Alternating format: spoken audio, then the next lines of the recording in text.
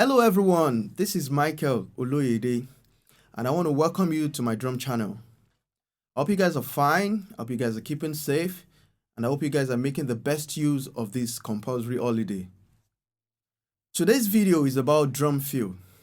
I want to give you 5 tips that could help improve your drum feel. But before we go into the tips, there are a couple of misconceptions out there about drum feel that makes it confusing and difficult for drummers to understand. What exactly is a drum feel? A drum feel is a lick played at the end of a phrase to signify the beginning of another one. A drum feel could entirely be a lick played at the beginning of the music or at the end of the music. A drum feel can also be called a break, meaning a break away from the groove you are playing. So now, what are the misconceptions about drum feel? Number 1, your drum feel must have lots of notes. This is not true. As a matter of fact, some of the classic drum fills only has few notes. Misconception number 2, you have to play the crash at the end of your drum fill. You don't have to play the crash cymbal at the end of every drum fill you play.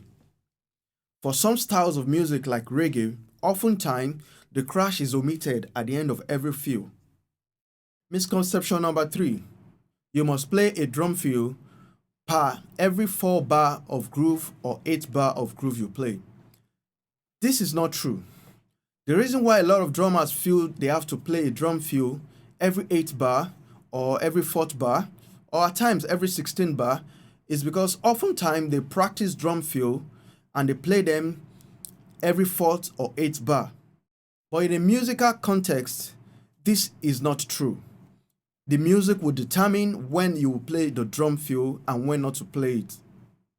Misconception number 4, your drum fill has to sound in a particular way.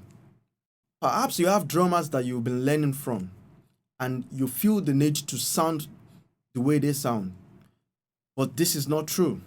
You can sound in your own unique way as long as it fits the music and it moves the audience.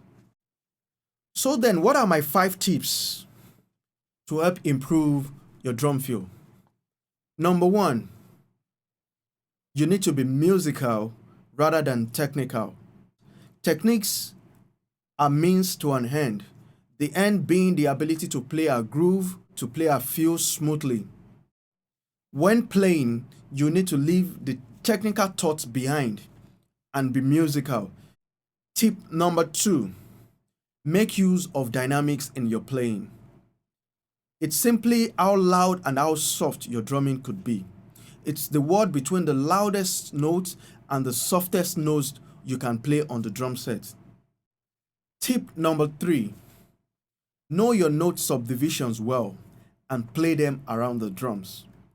There's tendency to rush on higher note rates and drag on slower note rates, hence the need to practice with a metronome. So next time when you're practicing your note subdivision, no matter how difficult it may seem, ensure you use your metronome and make sure you play them on every drum possible. Tip number 4, practice very slow and work your way to a faster tempo. I cannot overemphasize this point, but it's the secret to playing very fast and clean drum fills. Tip number 5, be a good listener. Listen to the bass player in your band, the guitarist, the keyboard player, and the singer as well. Listen to their phrasing. This is a good source of motive for your drum fill. I hope these 5 tips will help improve your drum fill. And perhaps you have some other questions or challenges on the drums that you need answers to. Please feel free to put your questions in the comments box below. Also like this video and share with your friends. And if you are yet to subscribe to my channel, please do so, and don't forget to click the notification bell so that when next I post a video, you will be the first to see it. See you next time. This is Michael Oloyede once again. Bye bye.